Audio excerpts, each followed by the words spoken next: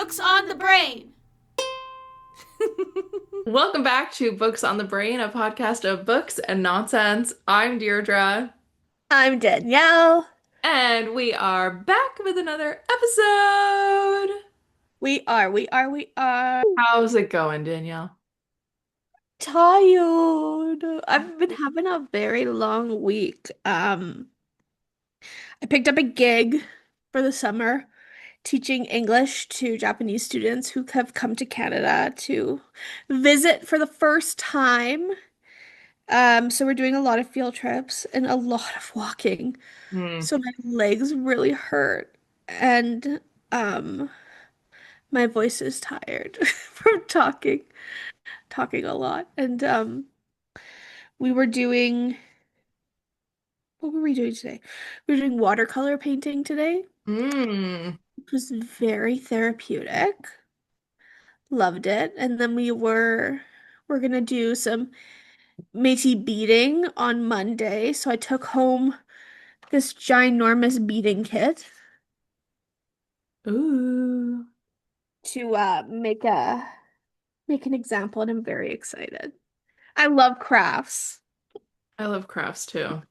I love crafts, especially when I'm making an example because I'm like it's just I'm making a little small thing and I don't have to worry about like finishing it. It's Hmm. just one little guy. Yeah. I So had a it's craft at my birthday party this year, and it was so fun. fun. What was it? I had everybody make little bow ornaments. I had Cute. like a ton of beads to choose from and different types of wire. And there were like other kits there too, so if they wanted to turn it into like a keychain or something, they could have done that. Cute. But I yeah. love a craft. I have you been seeing, I don't know if maybe this is just like, do you guys have Michaels? Yeah. Okay. There's Oh the yeah, baby. there's like an $80 ghost picture at Michael's. Have you been seeing that? Yeah. The I want to do that so bad. I want to do it so bad. And I think I will. I think you should. I think it would be perfect for my aesthetic. What would be perfect for my aesthetic if I had a house would be the 70-foot skeleton. Oh, heck yes. I just feel like I would enter my final form. Just an awkward guy on your front lawn. What else do you need? And I would dress him up, obviously. You would, and you would do a good job of it too. Thank you. You're welcome. I'd actually probably make him sit. Maybe I'd make him a flute. Toot toot toot toot. A little flute. How fun. This episode might get a little weird. It might be a little kooky. Might be a little cuckoo We're crazy. recording late. I feel like we've actually recorded most of our episodes at pretty okay times this season. We Or have, like early in the morning. right. But it's been like, oh, okay, this is my wake up moment. Like I'm waking up with the podcast as opposed to Yeah. like the day is over and I have to muster energy. And it might get a little silly. And brain cells. That's what I'm lacking right now is some brain Mm. cells. I'm gonna talk about this on the pod. Okay. Deirdre knows about this because I messaged her about it, but You do have to talk about this on the I podcast think here. I have to. It's pretty crazy. Yeah. Um, so I've gotten back in the dating game. Not like I've ever left, but I've just stopped putting energy into it for a very long time because I had no energy and I also didn't really care. Um, but recently I've gotten back on the apps and I matched with this person and on my profile, I talk about some of my love languages where I'm like, yeah, I like acts of service, I like quality time, I like physical touch, I like gift giving, all of the gift receiving, Mm. all of I the do whole, like receiving a gift. more than I'd like to admit, do I like to the point where I'm like sure it's a turn off or a red flag for other people, but I love a gift. If someone finds like sees something and thinks of me, I want it. Um, literally. So. I matched with this guy, and the first thing he sent was this big paragraph about love languages. And I was like, oh, that's like kind of interesting. Kind of seems like a canned answer a little bit, but I was like, you know what, maybe that's just kind of his opening pitch, whatever. So then I respond back and I asked, I wonder if I can pull up. I won't read verbatim what either of us said, but just get a gist of the convo. Because I've still left him on red. A little spoiler alert. Oh. I don't know what to respond to this. So maybe yeah, you guys can help me figure out what to respond to this person. Um, so he shares this really big thing about love languages or whatever, and then I said, "Thank you for sharing all that with me. Seems like we have a lot in common," because it did. And then the next day at 7:15 a.m., I'm gonna write say the times because the times are crazy, and I feel like add context to this whole thing. Hmm. He goes on to say, like, yes, it feels like we're on the same wavelength. Really looking forward to seeing where this goes. Feels easy with you, which I was like, okay, crazy. We have messaged twice. Fine. So I said, so tell me about yourself. First five things that come to mind. And then he sends me this thing that is so, dear listeners, obviously AI generated that it is painful. Like, I looked at it. There's emojis, first of all. Every sentence has an emoji, which is very AI coded. There's so many M dashes. And just if you have ever used ChatGPT or like seen somebody use ChatGPT, there's like a very specific tone and quality of voice that the AI uses. Yeah. That like it just doesn't you read it and you're like, okay, this I know this is ChatGPT. Yeah. Um so he sends me this and I was like, it couldn't be possibly. So I obviously went to Deirdre and was like, Deirdre, do you think this is AI generated? And I said yes. And then I went to my other academic friends, which I was like, do you guys think this is?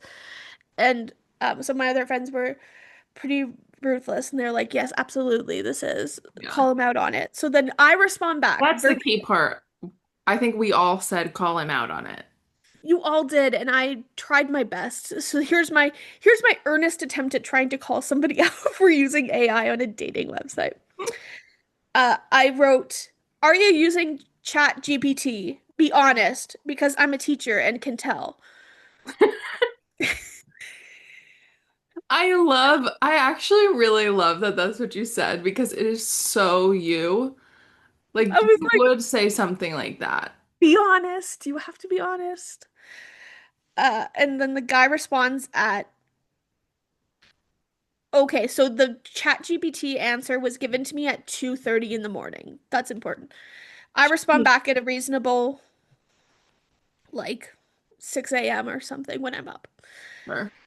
And then he responds at midnight the next night. Yes, I was, but it was all my idea. And I I said, fear. I I fear. fear I'm losing the world and the room. That's crazy. So then I respond back and I say, can I ask why did you use AI? Which was the nicer version of what everybody was telling me to do, which was like, gross. What are you gonna do when you meet somebody in person? Is AI gonna show up? Is the computer gonna show up and date you? Which is what everybody else wanted me to say. I said, can I ask why you use AI? Then he responds at 3:50 a.m. Hey, yeah, it saves time and really easy. That's why. And that was August 1st. And now it's the 8th, and I haven't responded. I don't I think don't you need to respond. I don't think I want to. I saw a thing on it actually ties in. I saw a thing on Threads today Yeah. where um I can't now I'm having trouble remember whatever. The context doesn't matter. The breakdown is that people were like, I think we actually do need to embarrass people when they tell us that they use ChatGPT day to day. Okay, Like go off. I'm using in. using Gen AI in your day-to-day life to do basic things, like text somebody or using it as a search engine instead of search engines, that's not like, unfortunately, AI is not being regulated in a way that makes sense for how Yeah. AI should be used. It is unfortunately too accessible, and Yes. we need to be calling people out. And here's the thing. I agree. I just was like a little wimp.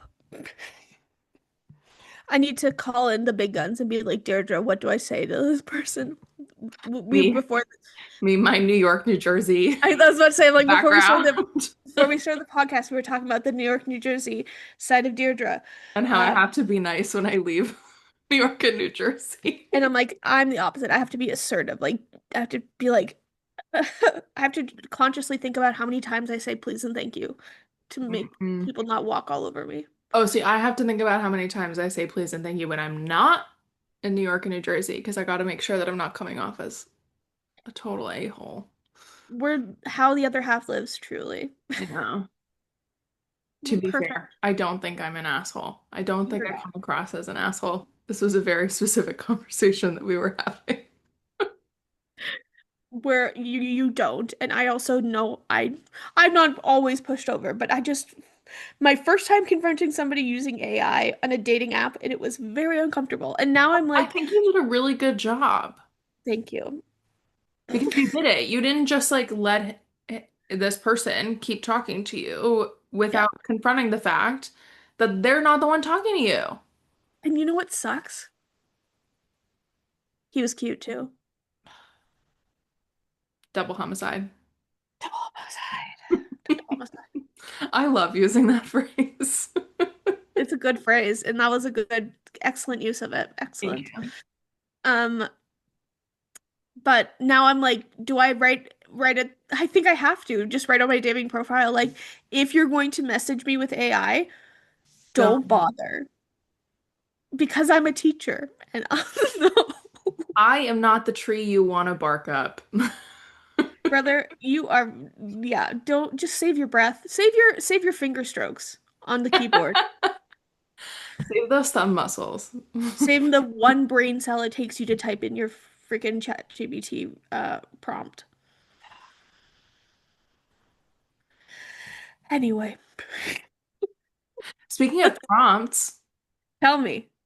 Go so girl. Danielle and I wanted to do some kind of like year recap episode, but we do a lot of just like dumping books on you. So Yes. instead, we're playing Bookish 20 questions, where Danielle and I have both come with 10 questions to ask each other. Um, I'm hoping this was my strategy when approaching the questions, is thinking about the books that you've read this year and how Yes. perfect, and how they fit into these questions. And in true books on the brain, a podcast of books and nonsense fashion, neither of us know the questions that the other has put together. So there might be some overlap. We could have gone in totally different directions with the style of questions that we ask. Who knows? We're gonna find out together. Get ready for awkward 30-second breaks where we just go, I also and then I look have at my yourself. I have my Uh, phone with all the books I've read this year pulled up. I know. My Goodreads is ready. My June She's is empty because I didn't read a single book in June. Dude, don't. I went to, I hope this isn't one of your questions. I've only read 34 books this year, It wasn't one of my questions. I've read, oh shoot. which is like astronomically small for me, usually in August. Usually I'm in I've the only 100. I've only read 41. Usually by August I've read between 50 and 70. I'm just Because like, I read the majority of my books from January to August, and then I usually peter off from September to December, and I read the least in the same, so I don't know same, what brother. to do because I like reading 100 books a year, and I'm Me too. behind. I'm I'm uber behind. I'm gonna have to start throwing in the picture books again. You know, I'm Throwing in those. gonna I'm gifting I have a couple pregnant friends right now and they've asked for books for the babes. Aw. I'm gonna have to read the books in Barnes and Noble before I buy them and put them on You're my not- list. all of a sudden your like notes app just jumps like 20 books and you're like, yeah, Yeah, I'm just that good. I read 10 books in one day. Crazy. Can you believe it? Were they all 5 pages? Yes, Yeah, they they're all were. board books. Board books on the letter A. I have quite the, I didn't even think about the order that I put these in. Okay, first question. What's a book that made you cry? Hmm. Uh, okay. I think we should do this. If I have a similar question, I ask you right after. Perfect. Okay. A book that made me cry was Sunrise on the Reaping by Suzanne Oh, Collins. yeah. That book, Yeah. I think, yeah, that was the book that made me cry the most this year. And it was like ugly cry too. I was like, I'm crying in the club on the Sunday morning by myself. Mm-hmm. Like, like wiping my face to read the pages, kind of crying. It was bad. I was down bad, but that was for sure mine. Well, my question for you is, what is a book that made you sob? Bob. Oh, oh, of Monsters and Mainframes. I wept. I was not expecting to cry reading that book, and I was like Crying in the club. crying in the club. And So, it wasn't even it was like the emotional like punch of the book that got me. Not even necessarily that like sad things were happening. yeah, it was just I was like just the like so overcome. sometimes technology will do that to you, man. When I read, and maybe it's because when I was younger, I would like my stuffed animals all had personalities and things, and like if they Right. were on my bed, right, they would be mad at me and upset, and like I would, like I put feelings onto things that probably shouldn't have feelings, and I feel like I do that with technology now too, which is maybe Right. part of the reason why I don't like people using ChatGPT in dating. Uh, but there's something about when people can personify and put personality and feelings to technology, and then you're like, oh my gosh, Oh, it's just this literally. Like thing. two books that I was not ready to make me cry were this and Psalm for the Wild Bill, which I read a couple years ago. Okay. Like wept through the end of that one. There's just something about it, man. There's something about a sweet little robot voice being like, it gives Wally vibes. I can't watch Oh, Wally without crying. I cry every time. There's just something about him being all by himself. Eva. He's just so happy to I find the other love girl. it. I love it. I watched it. We watched Wally in my class for our end of the year party because it was one of my students' favorite films. I can't believe I never told you this. But uh the school board has a filter up so you can't watch things on Disney Plus, so I found somebody doing like clips of Wall-E. Basically just Incredible. chopped up the movie into clips. And so I put my student who loved Wally in charge of pressing the video to the next thing because I had made this giant like pillow fort and we put blankets down and mats and pillows and it was so comfy and cozy. Cute. We all had popcorn and we were eating. So I was like, okay, girl, you're in charge. Hmm. Press it. Unbeknownst, like it completely didn't even register. Was every time we got to a part she liked, she would rewind the YouTube clip and we would just watch that part over and over and over again. And I was like, can we? So we got maybe half an hour into the movie because we just kept going back and watching her favorite clips. And then she would go to the classroom door and pretend to like act out scenes of the movie. So she'd open the door and she'd be like, Wally, where are you? And I was like, girl, you have a job.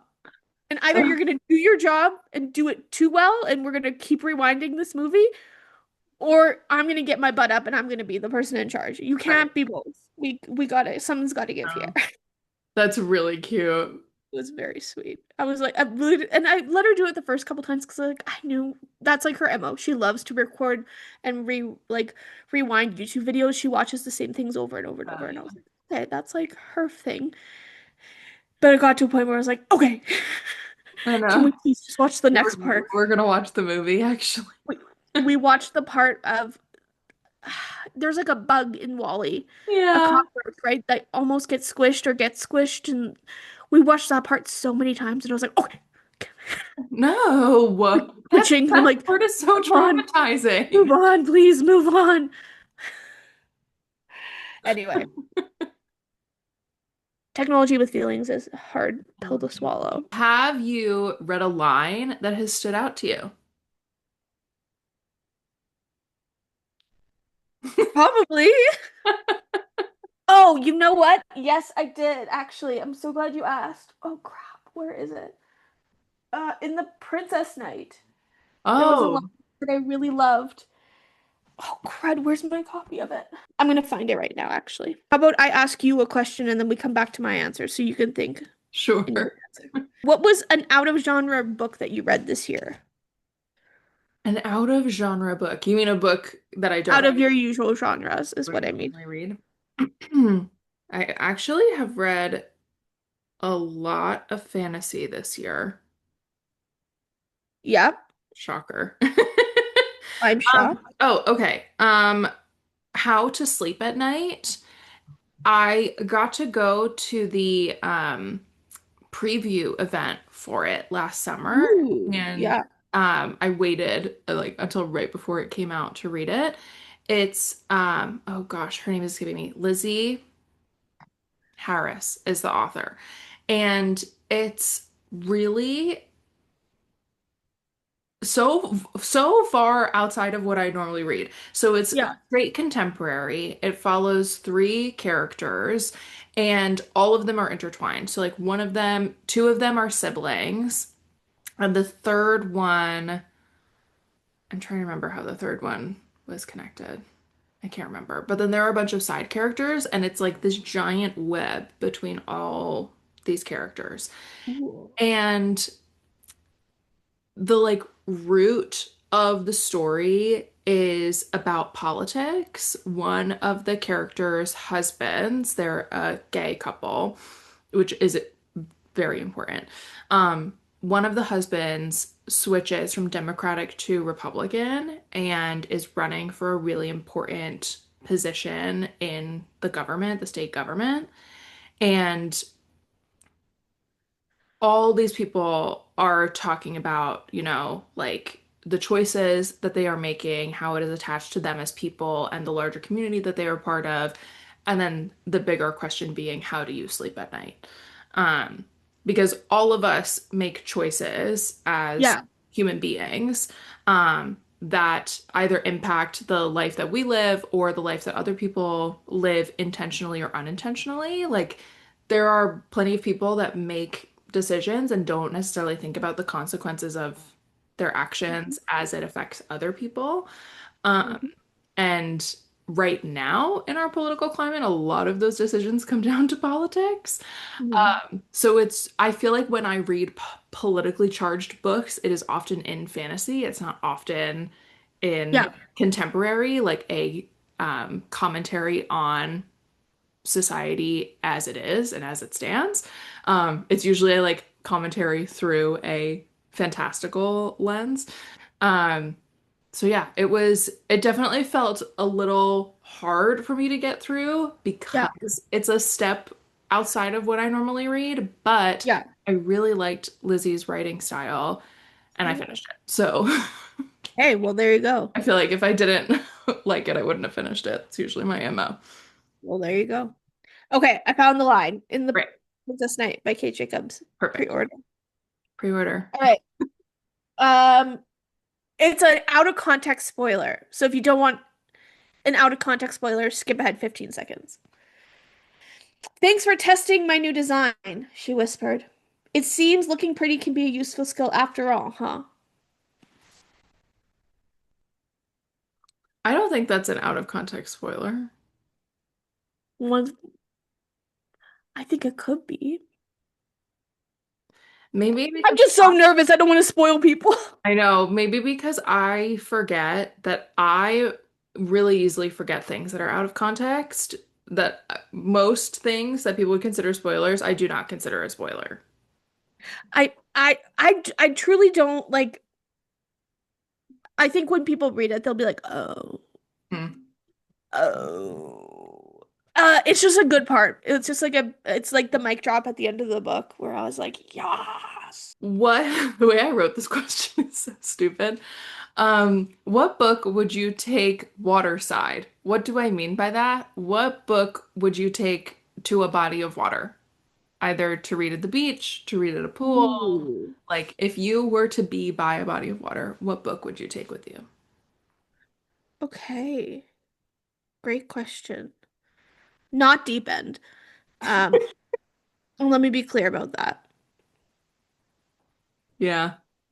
You know what? I think I haven't talked about this book on the podcast, but I read a book from the Sky Ridge Hot Shots series. It's a KU Mm. series. It's called Fight.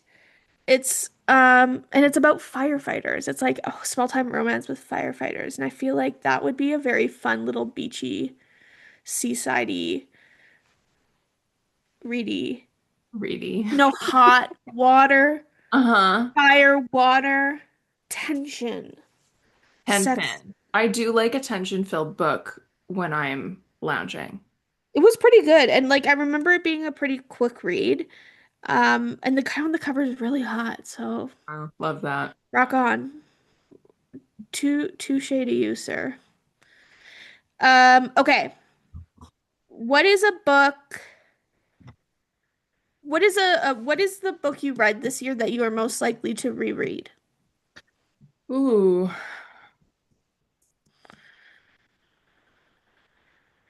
Well, We I'm came up with not, some good questions. I know. I'm not gonna answer with any of the books that are in series that I reread every year. So I can't say anything from the Paladin series for this one. You Um, can't say Night Circus? actually haven't read Night Circus yet this year. Well, there you go. Um, or Shades of Magic. Um, what book would I read again? Hmm. I want to pick a good one. Cat Break. I think The Favorites by Lane Fargo. Ooh. It's the ice dancing book Yes. based on Wuthering Heights. So the audiobook was so fun. It was so immersive. Um, I had plenty of critiques for it when I finished it, but it's the kind of book where I'm like, yeah, I would totally listen to it again if I was in a slump and kind of just wanted something totally. The thing I love about it is the audiobook listens like a documentary. So if I want like an audio album, essentially, that's what I would go listen to. Like if I don't want my eyes to be involved in my experience, uh, Yeah.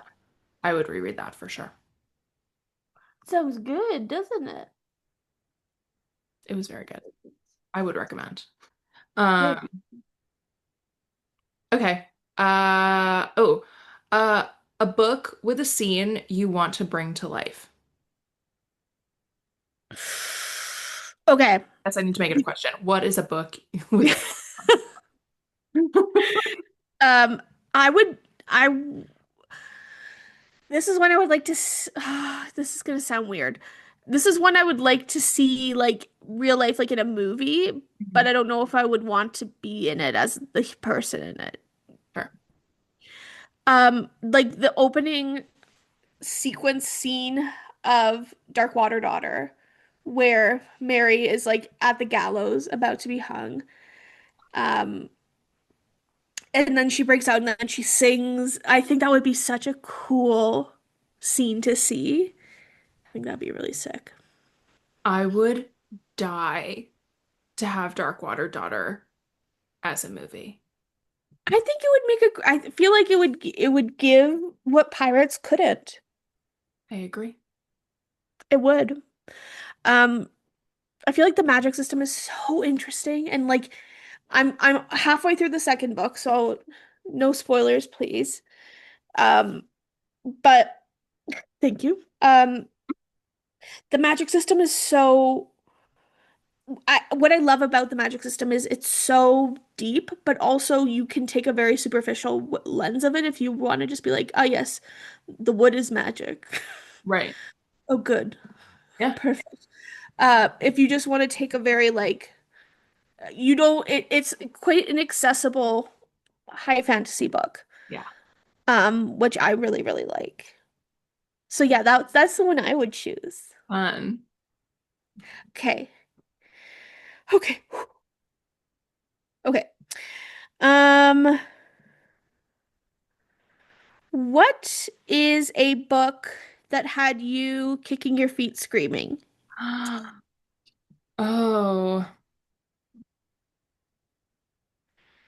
kicking my feet, screaming. Kicking your feet screaming. That time I got drunk and saved a human by Kimberly Lemming.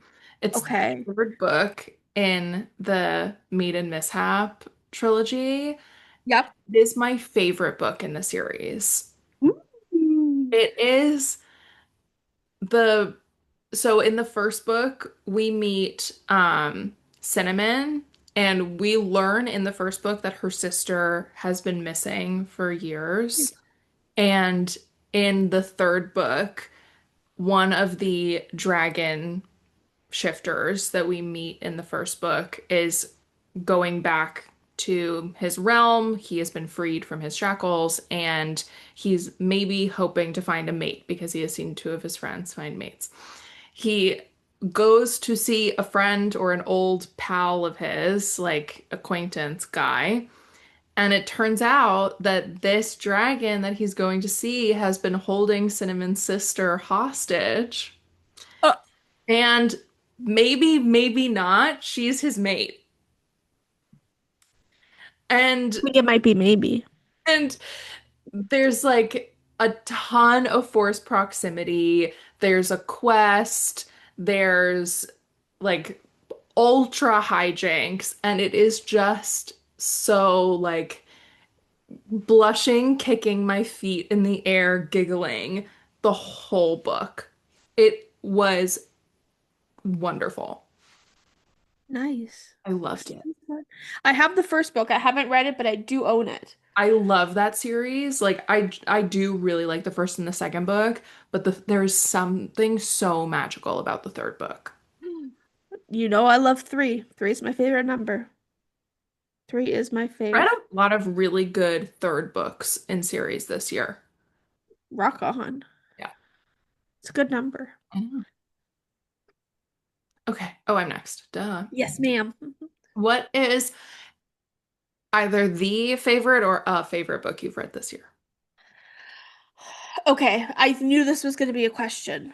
So I have I could sense it. I could sense um I'll write That's too easy, but I was like, I'll ask. no, it's because I also have the same question, so spoiler alert. Get ready to answer it. Um my two favorite reads so far of the year were Bury Our Bones in the Midnight Soil by V.E. Schwab. Um it was sexy and spicy. Not like romance spicy, but just like Juicy. juicy, spicy. Like the actual spicy, like whew, not like ooh sexy. But it also is sexy. It's a great book.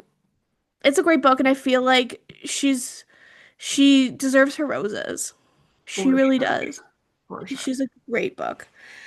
I think with having some time to reflect, I think it might be my favorite V book. It's a good Mind you, I haven't read Shades of Magic yet. I know. But someday I'll do it. Um, I think but knowing your style, I could see Bones being your favorite out of just her um backlist. it is the perfect companion piece to Addie Hmm. without being a sequel.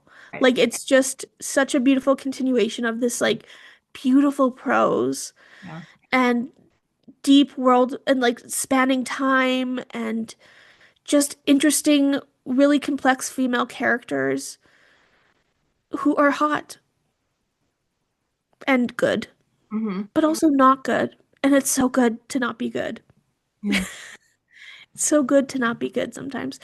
That and then Blood Over Brighthaven by ML Wang. Wang, sorry, ML Wang, I believe it is.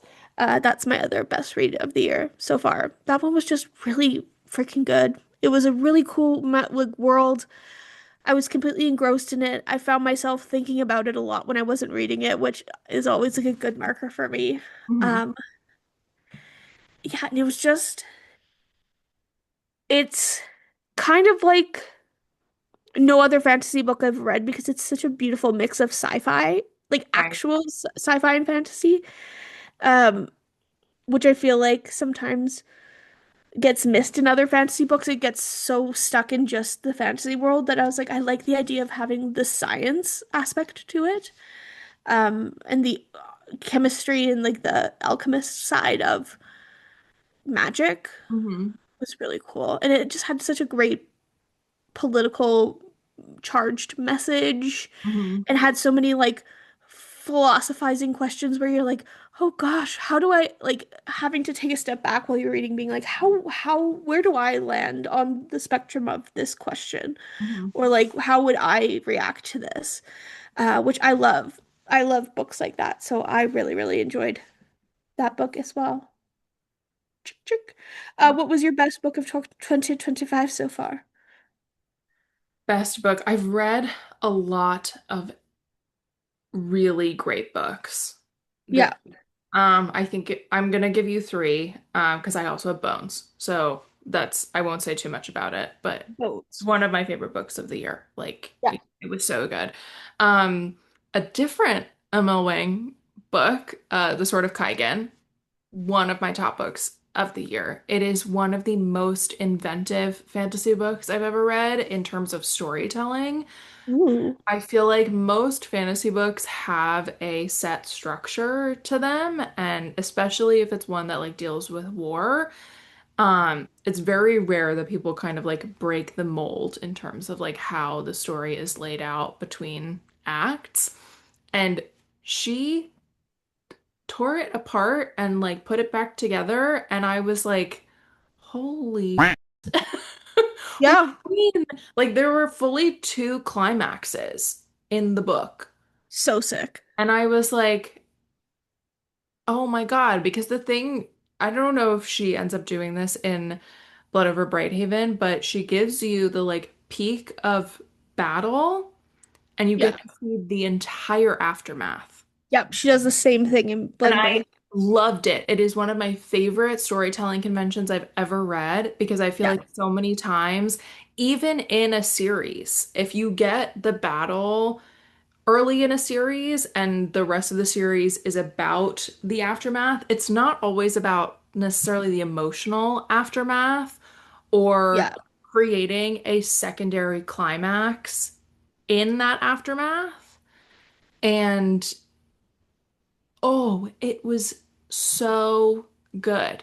I cannot rave about it enough. There were like solidly 200 pages that I was like, I couldn't move the pages fast enough. So, The best action sequences I've ever read. so I guess this is the open invitation. Yeah. Come on down, ML We- Wong. We're huge fans. And Huge then fans. I Angie Kills a King by Evan Lycum.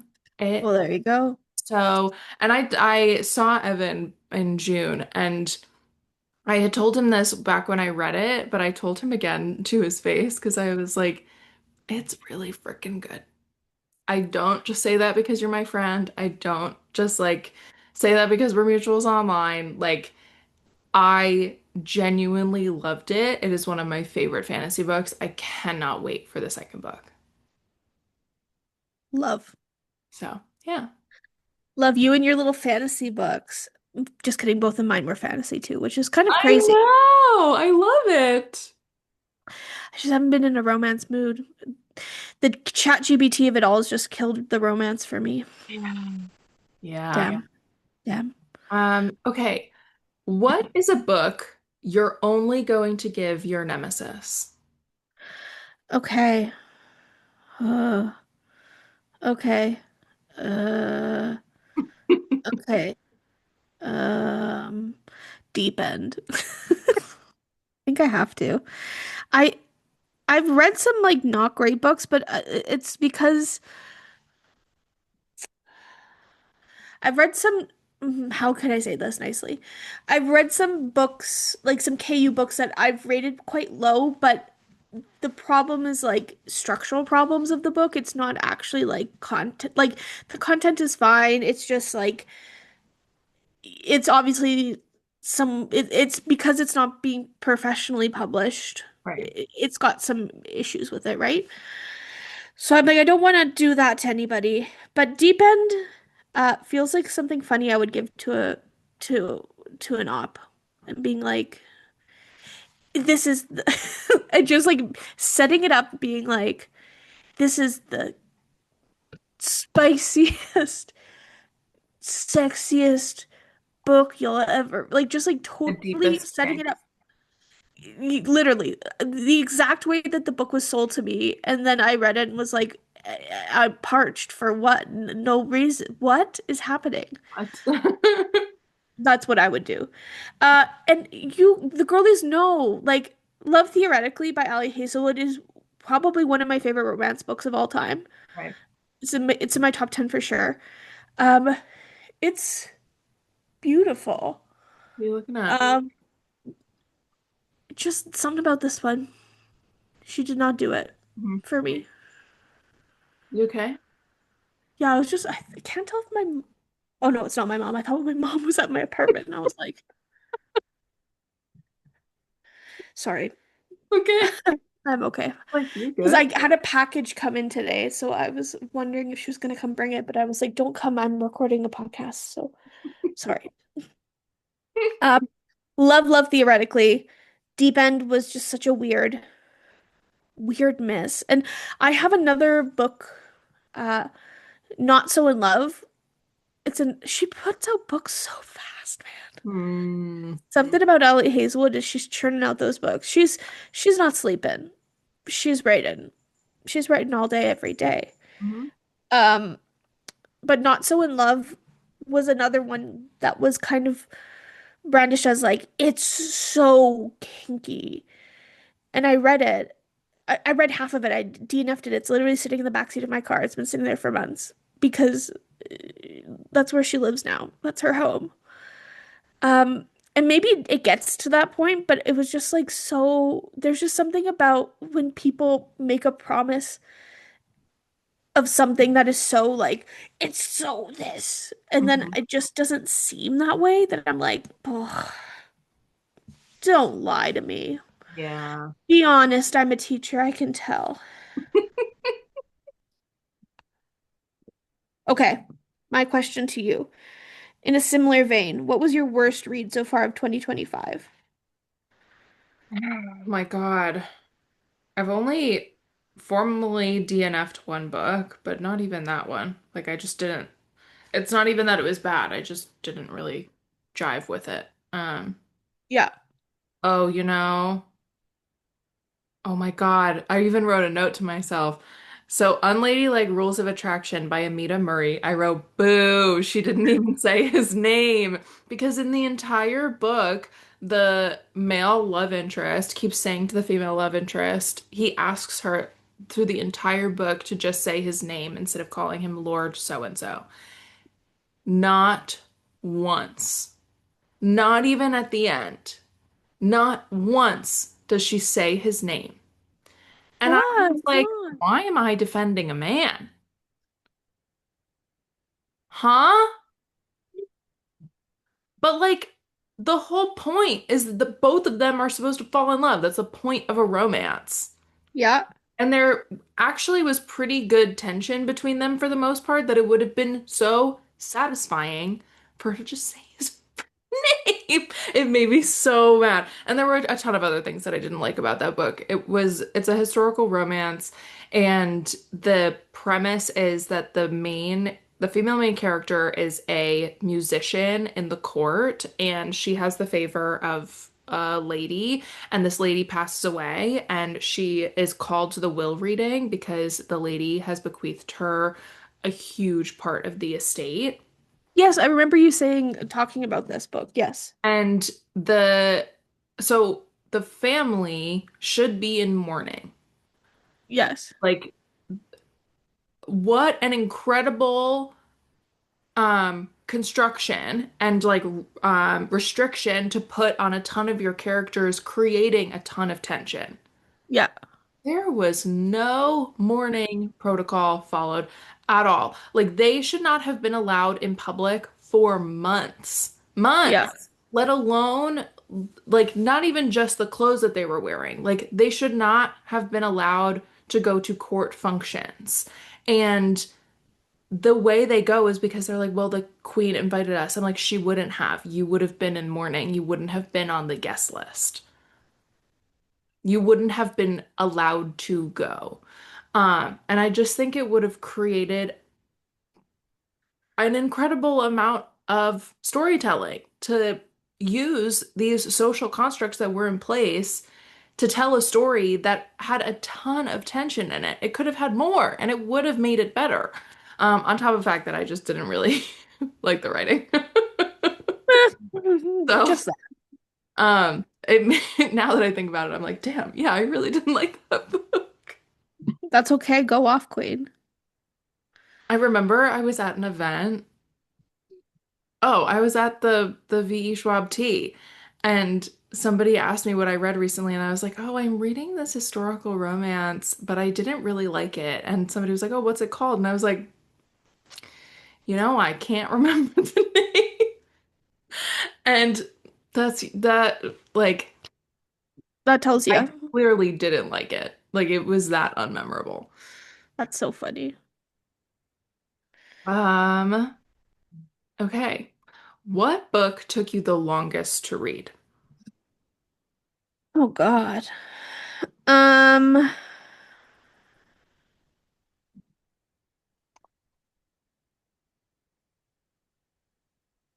you know what? Probably, probably, the Foxglove King by Hannah Witten because I've just been putting it on. Like, it's been on the back burner. Hmm. It's not because it's bad. It's a very good book, and I've recently made good strides in it. I'm over halfway now. Um, but it's just because of circumstances and things. It's gone on the back burner, so that's probably the one that's taken me the longest to read, which tells you that I've been reading some like I'm usually a one and not a sitting and done kind of book, but like I will read a book until it's done Right. before moving on to the next one. Um, so having to juggle around a few books is uncharacteristic for me, out of character. Hmm. Um, so I'd say that one, but it's really good, and I think everyone should read it. Um, I'm really, really, really liking it. Um, it's just like is so that one has my feet kicking and screaming. I'm like, And it's funny because it's like it's a dark fantasy. it Like, is, but I'm just like, it's giggly. I'm She giggling gets through it. you. She gets you. It's pretty gross, but I'm like, I know. it kind of feels like uh sometimes in oh God, what was Juniper and Thorn? There'd be moments in Juniper and Thorn that would have me kicking and screaming, and I'm like, but this book is not like if you were to tell anyone I was like over Juniper and Thorn, they'd be like, you were psychotic. Uh, but there are moments that have you giggling and screaming, And this is which why people can't ask me what books are cozy to me, because I'm like the Foxglove King is cozy to me. so cozy. Thank you. It is so cozy. I'm like, But like, it if is you told I would not tell a strictly cozy fantasy reader to read the no. Foxglove King as a cozy fantasy, because that's not what it is, but it is cozy to me. If you're looking for legends and lattes, it's not that kind of cozy, but Not. it's like dark and gross and gritty. Gritty is a good word. But broody is like cozy. I don't know. Maybe that's more psychoanalyzing than I would like done on myself. But I'm like something about broody and moody I think is cozy. Exactly. Exactly. Okay. I thought you were going to say the Anthropocene Reviewed, What was your question? the book that took you the longest to read. Oh, everything is tuberculosis. You know Oh, what that that. probably I was like, The huh? other one. The other one you know what? That probably actually is true. I did buy a copy of it. I bought a copy of it, which I was hoping that would um, spur me to read it, and it hasn't. But I'm really enjoying it. Every time I have the audiobook on, I'm really enjoying it. It's just like one that I feel like I can take little pieces out of, and that's Yeah. cool. But I yeah, like this books like that though. I like books that I can read in like bite-sized chunks. because each chapter is kind of its own thing that it's like, and that's the same with Anthropocene Reviewed. It was like because each chapter is its own essay. You Hmm. can just read one chapter and call it a day. Right. Um, but yeah, you're right. But look how small Whoa. it is. There Uh, is no reason that this book should have taken me, and I still haven't finished it. Maybe it's just because everything is tuberculosis, and every time something is tuberculosis, I'm like, oh, oh my God, you guys, yeah, everything you is need time for tuberculosis. processing. I'm like, the guy's right. The guy said everything is, and everything is. And when everything is, I'm still shocked that everything is tuberculosis. Right. Yeah, probably this one actually is the one that's taken me the longest for no reason. I think it's got to be under 300 pages. It's under 200 pages. Hmm. 198 pages, and that includes the sources at the back of the book.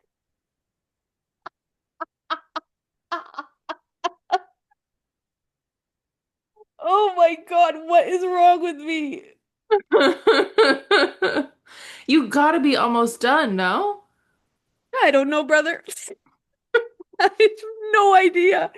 John Green, he narrates them and he speaks so slow. You keep it at one? Yeah, I do because I like the way he talks and when it speeds up, the pitch changes a little bit and it doesn't sound like Uh, him. I don't like that. So, you know what? Let me pull it up. Let me see how far I am in this book. I'm chapter 9. I'm sorry I brought it up. No, it's okay. It's important to me now. Chapter 9 is 83 pages into the book. So I'm literally this far into the book. Do you know what I miss? Table of contents. Get and maybe there is one. You know what? I wouldn't put it past him to have one in here. And he doesn't. Damn. Yeah. I don't know when we decided to get rid of the table of contents, but bring it back. Except for, and here's my controversial take. I don't give two craps about a table of contents in a romance book, No. especially when people do table of contents in ebooks and it just has like the POV of the person. Yeah. Hate that. I'm like, I don't care. It's really like mostly in fantasy books because sometimes I want to know what page a chapter is on. Absolutely. And it gives you a roadmap and it gives you a little sneak peek. You And can, especially if they're gonna name the chapters things, I sometimes like seeing them next yes. to each other as opposed to like flipping back a chapter and being like, wait, what was the last one called? And now Yeah, this one's what? I feel you. Not a controversial That's opinion. that's a side. Bring back. I was gonna say bring back tuberculosis. Please Please don't.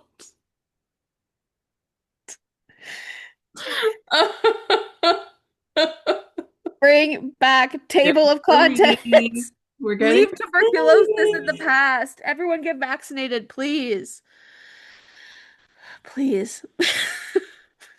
Please. Okay. Is it my turn? Yeah. Um, what was a meh read that you read this year? Eh, Not good, not bad, just meh. just meh.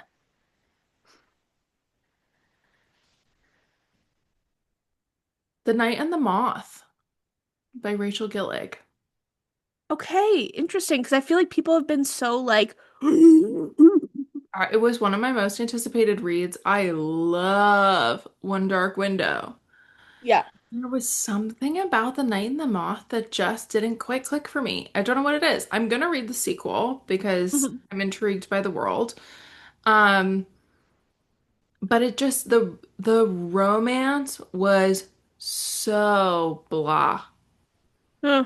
And that was really disappointing because the best, I mean, I'm everything about One Dark Window I loved, but I felt like the slow burn in the romance was really quite impressive for such a big fantasy undertaking. Uh, Yeah. and One Dark Window is one of those fantasy books that I recommend to people that want almost equal parts fantasy and romance, if not leaning more towards fantasy. Uh, Okay. and I felt like you could take the fantasy out of The Night and the Moth and you would still be left with the plot. Where Okay. in One Dark Window, you cannot remove the fantasy, Okay. the romance at all. I understand. I Like you understand. need both. And that's what I wanted. There was no tension, there was no payoff. It just felt like they hated each other and then all of a sudden they're talking about being in love and partially, I think we missed out not getting the male main character's POV. It was all from the female main character's POV. Sick. Yeah. And I think getting his POV would have been really helpful because it did feel like all of a sudden, 70% into the book, his personality changed. Oh. And that is one of my biggest pet peeves in a romance is when all of a sudden, like, love changes a person to be somebody that they're not. Okay. Understood. Yeah. Understood. Um, Understood. Heard. Respected. but the twist at the end, that was one book where I started writing a bunch of notes to myself trying to guess the twists. And it took me a second to figure it out. I did figure it out ahead of time, but I was not expecting it to happen when it happened, and it still got me. So, Nice. Nice. yeah. So yeah, it was just meh. Meh. Especially I feel like with books that get so much hype, Yeah. then the meh gets harder. Yeah. I remember I read it really close to when it came out. Um, and I was like, oh, I need people to talk about this because am I so like, did I just miss the point? Yeah. You know? Like, did I Yep. not read the same book? But then a couple people were like, no, I felt the same way. So You said thank goodness. I was like, oh, whew. Okay. What is a book you read that you think your cats would like? Uh, none of them. Just kidding. What is a book that I think the cats would like? Oh, they would love, um,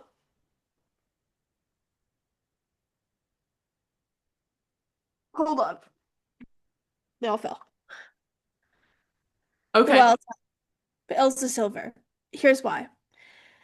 The main male love interest in this book is a secret WWE fighter, like wrestler. Mm-hmm. And my cats love to WWE style wrestle. They will like take each other down. So I think they would feel like very represented in this book. I just love the series. Any chance I get to talk about the series, I really love it. Yeah. Um, it's just such a wonderful not fantasy. Only in my fantasy would men be like this. Uh-huh.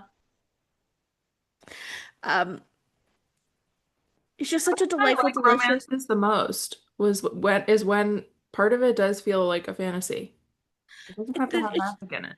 it's just delightful, delicious, and there's a great mix of like real stakes in the book too, like stakes and then whimsy, which I love in a romance book. The characters feel believable, but also like they believe in love, which is beautiful. And Uh-huh. a beautiful, it's just a beautiful book, and it has like beautiful art. Oh. And it's a great series, and it's free on KU. If people want to read it and they don't have money, it's all free on KU, and it's a Canadian author. Uh, So come on, guys, come on, come on, come on. So yeah, Wild Side by Elsie Silver. nice. A third book in a series. Great third book. Might not be my favorite of the three, but um, I think I like the first one the best. Okay. It's brother's best friend. Is that one of your favorites? There's just something about it Yeah. where it's just like that's kicking my feet screaming. I'm like, they just have known each other and they just love each other. It's what I think Nick Landria was trying to give, is Mm, what brother's best friend is. That's what I think. okay. Okay. Um, what is your what is your book that you think everyone should read? It doesn't have to be a five-star book, but a book that everybody should read. Book that everybody should read. Yes, baby. Oh, tell me. Oh, tell me. That's a great question. Oh. Because I'm either forcing everybody to read romance or everybody to read fantasy. You want kisses now? Haha.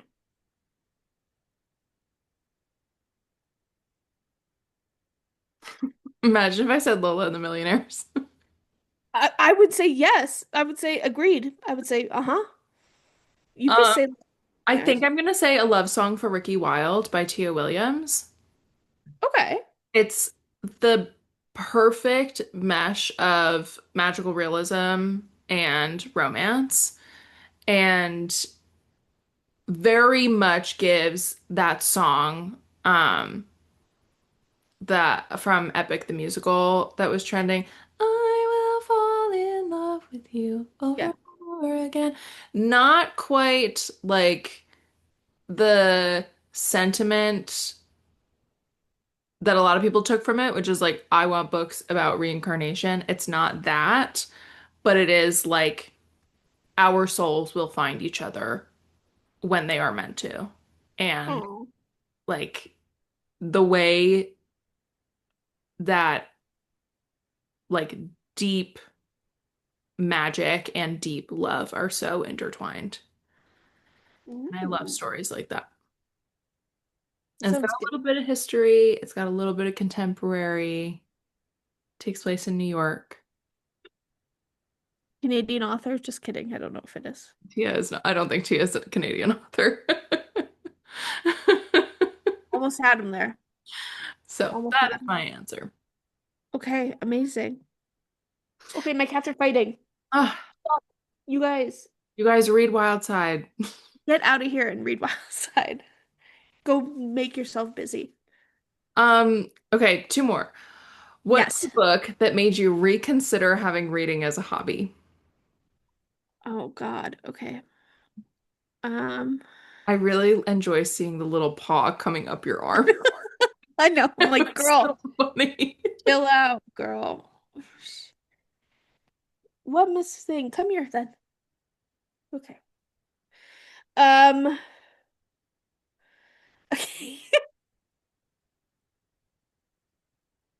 I read a book January 22nd and gave it 2 stars. It's You could tell I was waiting for the Canyon book to come out, and it was taking forever. I didn't want to read a Ruby Dixon book, but I was Mhm. like, I do want to read an alien romance. Yeah.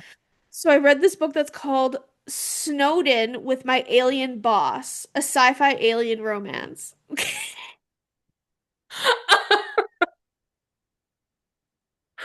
What is that title?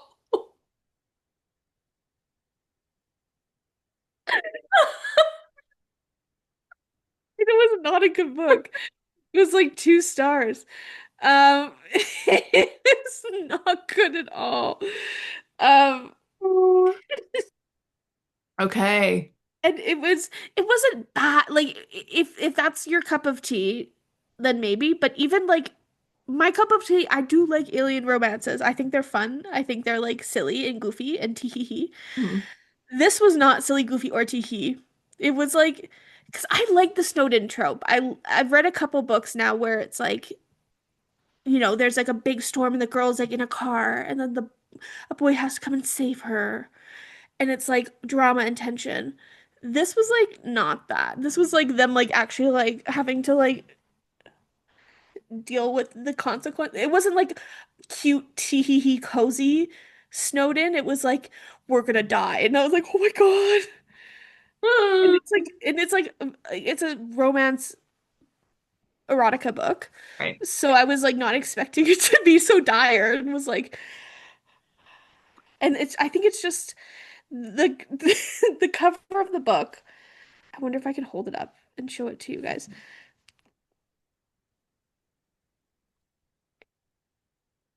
It's just like an alien man torso. You don't even see his face. And it's got snowflakes. Oh. And I think he has fangs, maybe. Um, yeah. So, and it was a novella, like it was quite short too. Okay. Um, but it's got a 4.13 rating on Goodreads with 700 ratings. Pretty good. Not bad. Sorry, Linnea Lee, who's the author. I'm sure, I'm sure you're a great person. It was just a weird, I think it's the title. The title does it for me, man. Yeah. Title's funny. Okay. Um, what is your most anticipated read for the rest of 2025? Um, okay. And I it, brought this up in the TBR episode. So besides the next book in Samantha Shannon's Roots of Chaos uh cycle, which is yes. the next prior of the Orange Tree book. So besides that, I think it's Illusions of Fire by Nisha Sharma. I'm really excited for. The Yes. release date got pushed off, so I think it's October. The arc is sitting in my apartment, and It's beautiful. The book it's looks beautiful. stunning. I've literally had this arc for so long. I can't even tell because I got sent it when it was the old release date. And Gotcha. I'm just sitting on this book like. No, no. But also, Adeline Grace is releasing a novella in the Belladonna series called Holly, and I'm so excited. That was one of my favorite series that I read over the course of last fall, and I can't wait to be back in that world. I'm so excited. Okay, fun. Is it gonna be for Christmas because it's Holly? Yeah, I think so. This is I'm so, nice. I love a Christmas book. Um, Oh, also one that I just downloaded, um, The Blonde That Came In From the Cold, the new Ally Carter spy book. Uh, Ooh. I go into Ally Carter not for her closed doors. Unfortunately. I'm never impressed by them, but I really like Ally's writing, which is why she always brings me back. Always gets you back. Always gets me back. I have the same question for you as my last question. What book are you most excited to have in your hands releasing between September and December? Oh yeah. Uh, Calabasas. Ooh. There's been um so many beautiful, beautiful editions of the book. Mhm. I just there's just something about an Arf Quang book that just gets a girl ready for the fall. True. I know you said September and this comes out August 20 something 6th, I think. I said a Um, book that came out like a week ago. Perfect. Um, there's something that like when I have an R.F. Kuang book in my hand, I can be like, it's fall. Mm. Especially like a dark academia. Like I feel like I'm kind of waiting to have that book in my hands to read it. Like, you know what I mean? Mhm. Know what I mean, Jelly Bean? I do know what you mean. Okay. Here's my last question, and it has nothing to do with reading, but it is the question that I ask everybody every time I ask them a question. If you could have any snack from the vending machine right now, what snack would you get? Right now, Yeah. a Snickers bar. Okay, interesting. Yeah. I'm kind of feeling Interesting. a sweet tooth moment right now. Yum. I would get the Lay's baked creamy dill chips. Ah, Yum. yum. You know what I've been loving recently? The What? the Lay's dill pickle. Ugh. So good. Yum. It gives me Love the dill. extra flavor I'm missing in salt and vinegar. Dude, growing up, me and Gabby, my little sister, our thing was ketchup chips and dill pickle chips. Mm. And nobody else in my family really liked them as much as we did. So we would get them and then we would just like squirrel them away, the two of us, and eat them. I, that's why my tongue is so messed up. My tongue is so messed up because I just like ripped layers of it off, eating the most acidic possible chips possible. So good. So good. Or I would get one of those chocolate puff wheat squares, Huh? the chocolate puffed wheat squares. Oh, okay. Okay. I know what you're talking about. I was like, you guys don't got that in America? Not really. That is not in our vending machines, I wouldn't say. Probably not. We had a vending machine in college that had the Justin's Reese's peanut butter cups, the like healthy ones. Oh yeah. Loved that vending machine. Specifically, I loved the Justin's peanut butter cups I could get in that vending machine. Shout out to Justin's. Shout the heck out. Okay, let's round out this episode. What are you currently reading? Frida McFadden, Ward D. Ooh. She's in her mystery era.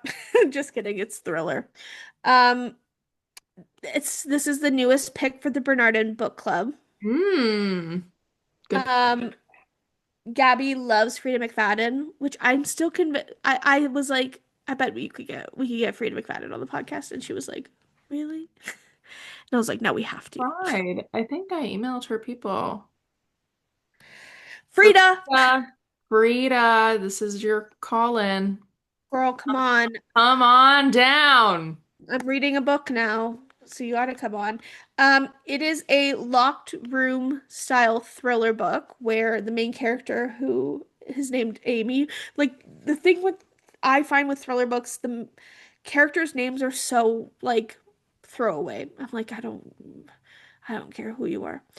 Um, but Amy is a student doctor who is put on the psychiatric rotation to do an overnight locked in shift in the psychiatric ward.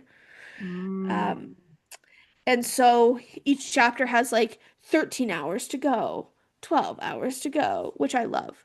very the Uh, pit. very the pit. Also very no exit, which we know I hate. So I'm hoping this redeems a little bit of the locked room kind of esque style because um I that was the one part of No Eggs that I enjoyed was how much tension was built Hmm. because of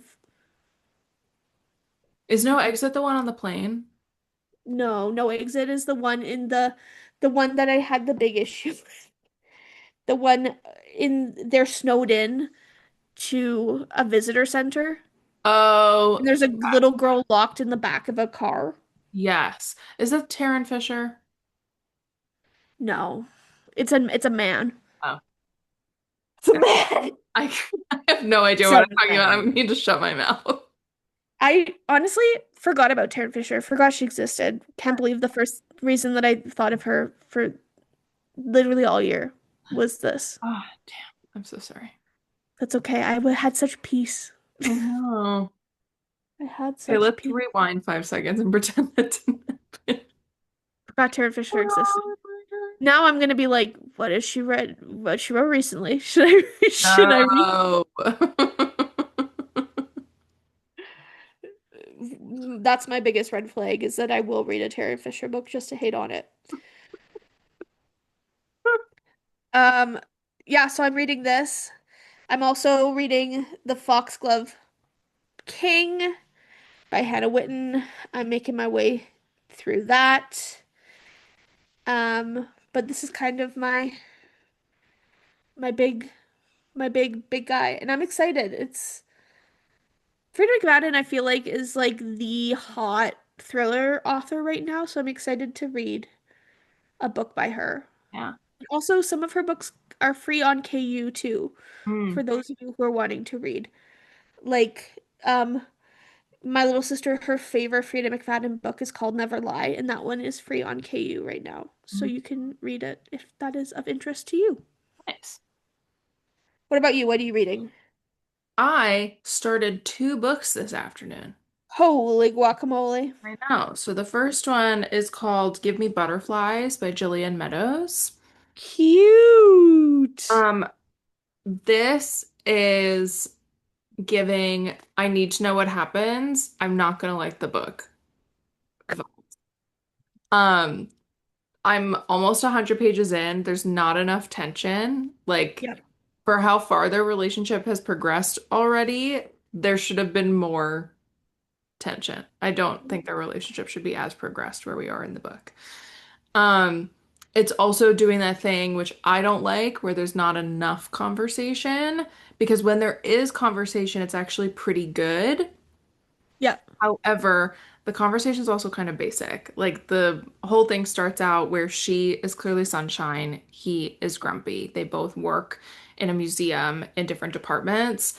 And our first interaction with the two of them is she turns around from talking to somebody at the desk, and he's standing right behind her, and her coffee cup gets crushed between the two of them. No. And they enter what should be a like grumpy banter moment that could be a little tongue in cheek, and it ends up being a little too whimsy tongue in cheek. Like it doesn't have the kind of like oomph that I look Yeah. for in banter. It was just Okay. felt very like surface level. Um, so that's kind of getting to me a little bit. It is a romance with like a pretty hefty backstory. His sister passed away from specifically pancreatic cancer 6 months prior, and he is now the guardian of her two twin daughters. Um, so clearly, like grief and mental health is like a huge part Yeah. of the overarching story. Um, and I really haven't read a lot of books that have had like heavy hitter like character backstory stuff as a romance. Um, because I've enjoyed just like fun. Um, I don't need the baggage. Well, We'll see. We'll see what happens, but I can't turn away. It feels like a like I'm watching it doesn't feel like I'm watching a train wreck in the sense that like it's getting worse, yeah. that I like can't look away now. I need to know what happens, which Yeah. it says something about it. And Yeah. I also started my arc of Orange Wine by Esperanza Hope Snyder. This is one of the bindery books releasing in the fall. And Cool. it is a historical, it takes place in Colombia, and the main character is Ines, and right at the beginning of the book, she gives birth to her daughter, and while she is giving birth to her daughter, her husband is having an affair with her sister. Oh, And pretty quickly after she comes home with the baby, her sister and her husband leave.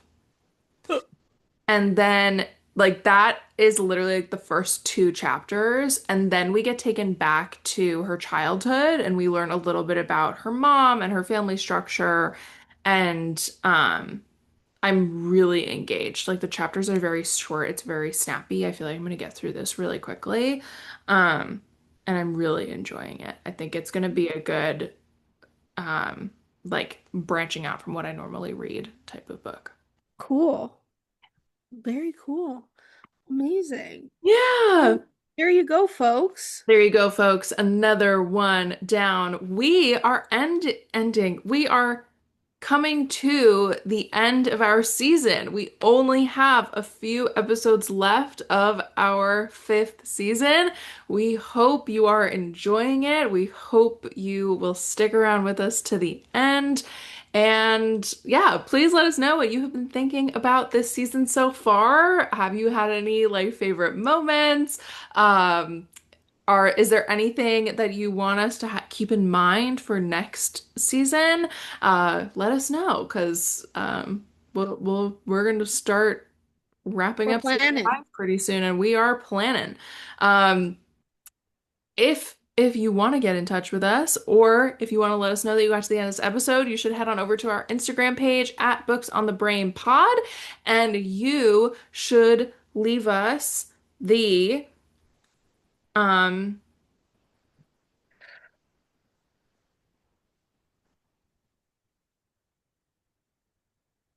The emoji of the treat you would get from the vending machine. There we go. You could also leave it on our YouTube channel comments. You also can comment in Spotify. So you could also comment there and just let us know that you made it to the end of the episode. Uh, as always, please make sure that you are subscribed wherever you like to listen or watch. We are on YouTube, we are on Spotify, we have video on both of those platforms, and the audio is available wherever you like to listen to your podcasts. So please make sure you rate, review, and subscribe. It really does help us out. You can hit the notification bell, you can hit the little like button. You could leave us a comment. Maybe there'll be a poll this week on Spotify that you could participate in and just keep that engagement rolling. If you want to follow Danielle and I on our personal platforms, especially because the season is coming to an end pretty soon and you're not going to want to miss what we are up to outside of the podcast, I am at Deirdre Rose Morgan on Instagram, TikTok, YouTube, and Bindery. And I'm at DJ Books on TikTok, Instagram, and on Threads. We will chat to you in the next one. Bye. Bye.